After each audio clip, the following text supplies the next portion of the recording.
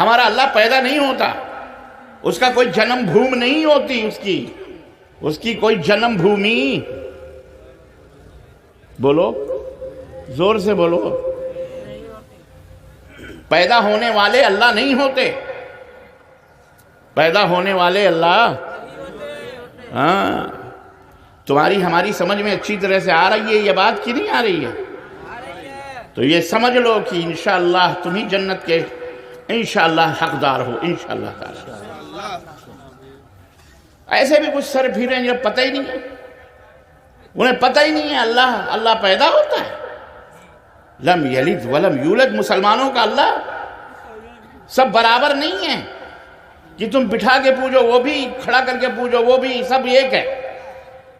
ہمارا اللہ ساتوں آسمانوں کے اوپر، مسلمانوں یہ تمہیں معلوم ہونا چاہیے یہ بات، تاکہ لوگوں کو سمجھاؤ پیدا نہیں ہوا ہمارا اللہ، ہم اپنے اللہ کو بناتے نہیں ہیں، کالے پیلے رنگوں سے رنگتے نہیں ہیں اپنے اللہ کو، بنا کے کسی کی زبان باہر، کسی کی زبان اندر، کسی کی آنکھ، کسی کی کچھ، کسی کا کچھ، اپنے منمانی جیسے چاہا بنایا، پوجا، پیٹ بھر گیا، اٹھا کے اڑم گڑم چوہا دریا میں ڈال دیا۔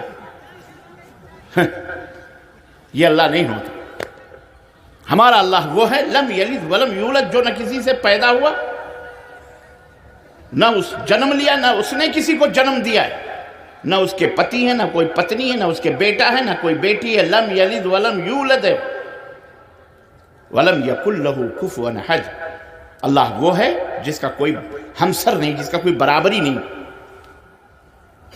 کوئی بھی اس کا ایک چارپائی، ایک قلم خود بخود نہیں بن سکتا، ایک چارپائی خود بخود، یہ کرسی کو جس پہ ہم بیٹھے ہیں، آپ بیٹھے ہیں، جس فرش پر آپ بیٹھے ہیں، جن چٹائیوں پر خود بخود نہیں بنتی، آٹومیٹک نہیں بنتی، تو اتنا بڑا ماٹ کیسے خود بخود بن جائے گا؟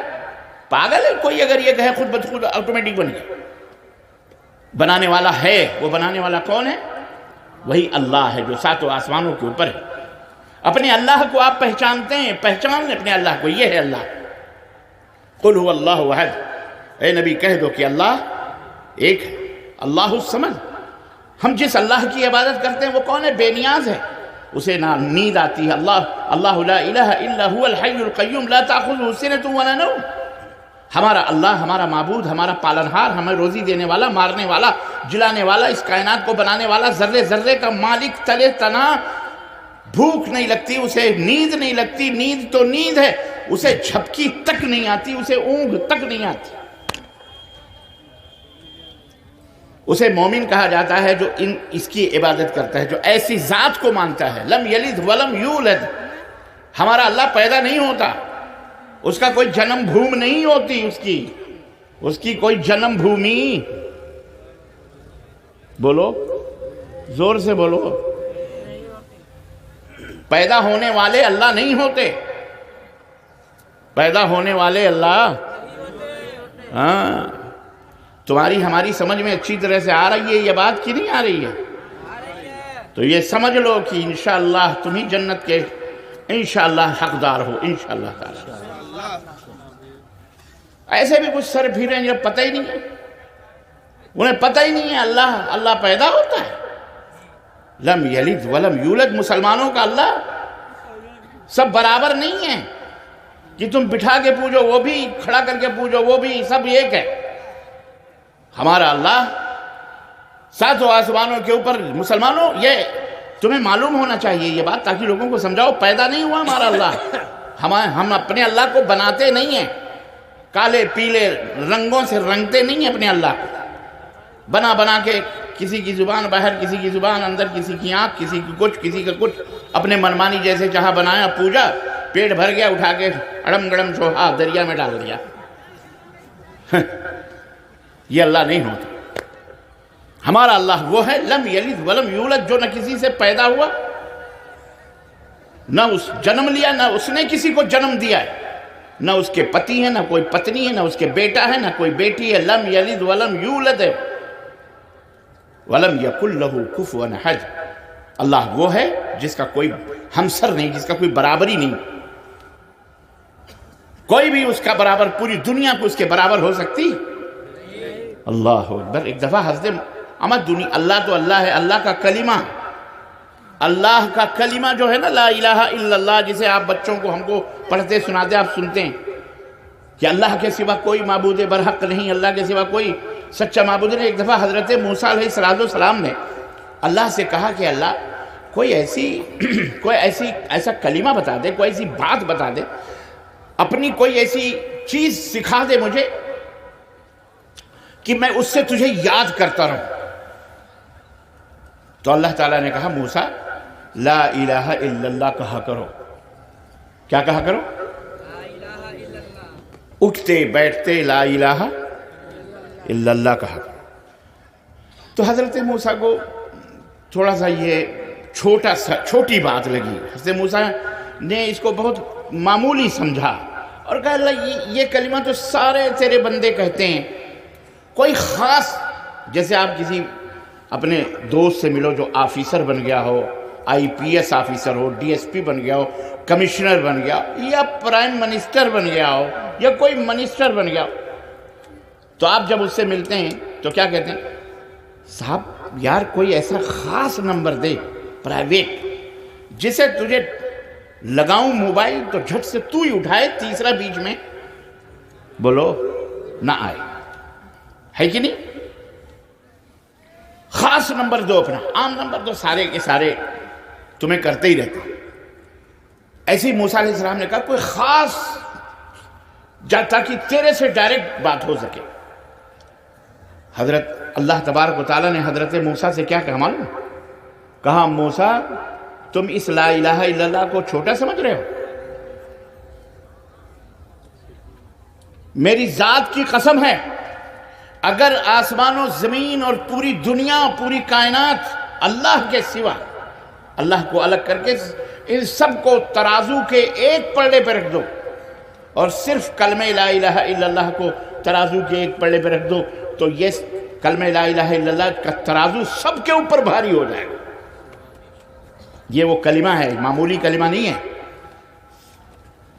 تو اللہ جب اس کا کلمہ اتنا بھاری ہے تو اللہ کتنا عظیم ہے۔ اللہ اکبر کا مطلب کیا ہے؟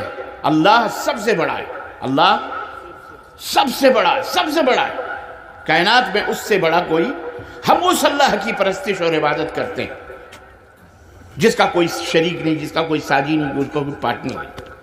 تو عزیزان گرامی، آپ کا جو ایمان ہے، آپ کا جو عقیدہ ہے، جو ایمان جس کو ایمان باللہ، میں نے کہا نا 6 ارکان ہیں۔ نمبر 1 اللہ پر ایمان لانا، اور اللہ پر ایمان لانے کا مطلب یہ کہ ہمارا اللہ وہ ہے۔ نمبر 2 اللہ کے فرشتوں پر ایمان لانا، اللہ کے فرشتے ہیں اور فرشتے کئی طرح کے ہیں۔ اس وقت اللہ کے رسول صلی اللہ علیہ وسلم کی یہ حدیث مبارک آپ سب کے لیے بطور بشارت خوشخبری میں آپ کو بتاؤں کہ اللہ کے نبی صلی اللہ علیہ وسلم نے فرمایا کہ مجتمع قوم فی بیت من بیوت اللہ، جب بھی کوئی قوم اللہ کے گھروں میں، کسی گھر میں، کسی جگہ میں جمع ہوتی ہے اور وہ اللہ کا ذکر کرتے ہیں، اللہ کی تعریف کرتے ہیں، اللہ اور اس کے رسول کا بیان کرتے ہیں، اللہ کی دین کو سیکھتے ہیں، حفتہم الملائکہ، فرشتے انہیں اپنے پروں میں لے لیتے ہیں۔ یہ ادھر بھی، دائیں بائیں، آگے پیچھے، یہ جتنے بھی بیٹھے ہوئے ہیں، اس وقت فرشتوں نے اپنے پروں کے درمیان آپ کو گھیرے ہوا ہے۔ وغشیتہم الرحمہ، غشیتہم الرحمہ، اور رحمت انہیں ڈھانپ لیتی۔ وَنَزَلَتْ عَلَيْهِمُ السَّكِينَةُ، اور اللہ کا سکون ان کے اوپر نازل ہوتا ہے، اللہ کی برکت نازل ہوتی ہے ان کے اوپر۔ اور جب مجلس کا اختتام ہوتا ہے، مجلس ختم ہوتی ہے، تو فرشتے کہتے ہیں، اللہ تبارک تعالیٰ انہیں حکم دیتا، پکارنے والا کہتا ہے اے لوگو اپنے گھروں کی طرف پلٹ جاؤ، اللہ نے تمہارے گناہوں کو معاف فرما دیا ہے۔ سمجھ میں بھائی بات؟ ہم گنہگار ہیں، سراپا گنہگار ہیں۔ عزیزو، ہم کون؟ ہم سے غلطیاں ہی غلطیاں ہوتی ہیں، خطائیں ہی خطائیں ہوتی ہیں۔ آپ کو پتہ ہے ان گناہوں کی معافی کے لیے اس طرح کی مجلسیں ایک طرح کی دھوبی گھاٹ ہیں، جیسے دھوبی کپڑوں کو اٹھا کر کے گھاٹ پہ لے جا کے پٹک پٹک کر کپڑے دھوتا ہے، اس طرح کی جو مجلسیں یہاں گناہ صاف ہوتے ہیں، پاک ہوتے ہیں،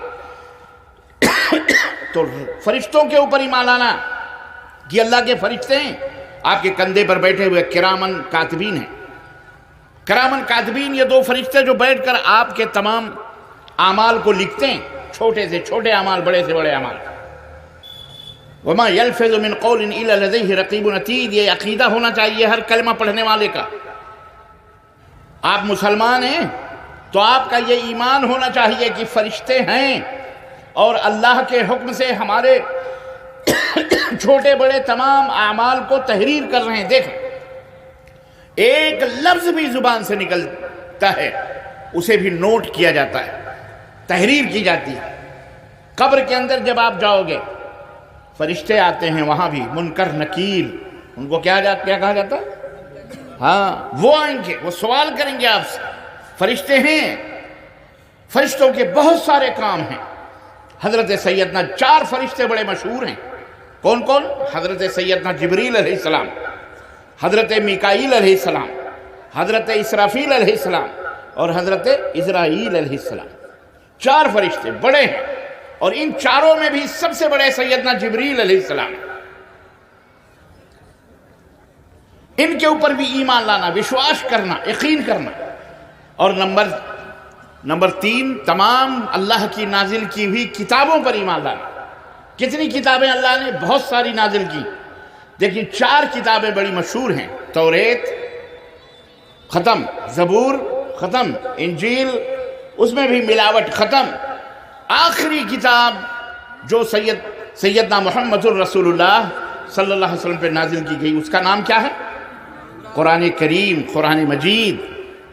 اس کے اوپر ایمان لانا، ایمان سب کے اوپر لانا، لیکن عمل قرآن کریم کی باتوں کے اوپر کرنا۔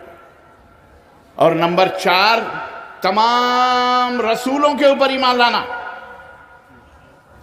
جتنے بھی اللہ تعالیٰ نے رسول بھیجے ہیں، پیغمبر بھیجے ہیں بندوں کی ہدایت کے لیے، آدم سے لے کر کے حضرت محمد الرسول اللہ صلی اللہ علیہ وسلم تک، ان سب کے اوپر ایمان لانا، وشواس کرنا، یقین کرنا کہ یہ آئے، اللہ کا پیغام انہوں نے پہنچایا۔ ہمارے آخری نبی حضرت محمد الرسول اللہ صلی اللہ علیہ وسلم، جن کے بعد اب کوئی نبی آنے والا نہیں، جن کے بعد اگر کوئی شخص اپنے آپ کو نبی کہتا ہے، رسول کہتا ہے، تو وہ شیطان ہے، وہ جھوٹا ہے، وہ مکار ہے، وہ نبی ہو سکتا نہیں۔ اور نمبر 5، یوم آخرت پر ایمان لانا، کہ ایک دن یہ دنیا ختم ہو جائے گی، یہ زمین مٹ جائے گی، یہ پہاڑ، یہ سب ہم سب ختم ہو جائیں گے، ختم ہو جائے گی پوری دنیا۔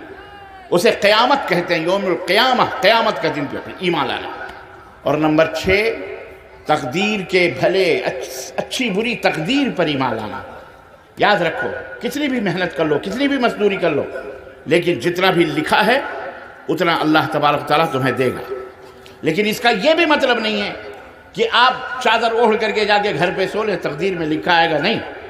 تقدیر میں یہ بھی لکھا ہے، آپ کے محنت کرو گے، یہ کرو گے تو تمہیں یہ چیز ملے گی۔ میں بول رہا ہوں، میری تقدیر میں یہ لکھا ہے، یہ نہیں کہ میں بیٹھ جاؤں چپ چاپ منہ بنا کر کے کہ چلو سب لوگ سمجھ جاؤ، ساری باتیں میری سمجھ جاؤ گے، چپ چاپ ہو جاؤں میں تو سمجھ جاؤ گے۔ اما جب بولیں گے نہیں تو آپ سمجھیں گے کیسے؟ یہ بھی لکھا ہے کہ میں بولوں گا، اس مائک کے ذریعے آپ کہ تک آواز پہنچے گی تو آپ سمجھ جاؤ گے، نہیں، یہ بھی تقدیر میں لکھا ہے۔ حضرت عمر بن خطاب رضی اللہ تعالیٰ عنہ کے پاس ایک چور پکڑا گیا، چور پکڑ کے لایا گیا تو حضرت عمر بن خطاب نے کہا اس کا ہاتھ کاٹو، کیونکہ اسلام میں چور کی سزا کیا ہے؟ ہاتھ کاٹنا۔ چور کی سزا کیا ہے؟ ہاتھ کاٹنا۔ سعودی عرب میں بھی چور کی سزا یہ ہے کہ ہاتھ کاٹ دو، لیکن الحمدللہ وہاں کوئی ہتھ کٹا نہیں ملے گا آپ کو، قانون ہے، ہاں، چوری نہیں ہوتی، دکانیں کھلی رہتی ہیں، لوگ جاتے ہیں آتے ہیں، نماز کھلی رہتی ہے، چوری نہیں ہوتی۔ کیوں؟ ڈر ہے کہ پکڑے جائیں گے تو ہاتھ کاٹے جائیں گے۔ تو سعودی عرب میں قانون ہے لیکن کوئی ہتھ کٹا نظر نہیں آ رہا، اور اگر وہی قانون بدقسمتی سے بھارت میں ہو جائے تو یہاں کوئی ہاتھ والا نظر نہیں آئے گا، ہے کہ نہیں؟ جدھر دیکھو وہی ہتھ کٹے، اور سب سے پہلے منسٹر لوگ ہتھ کٹے نظر آئیں گے، کونسلر، منسٹر، یہی سب بڑے بڑے صاحب گھوٹالے ہیں، اللہ ہی خیر کرے۔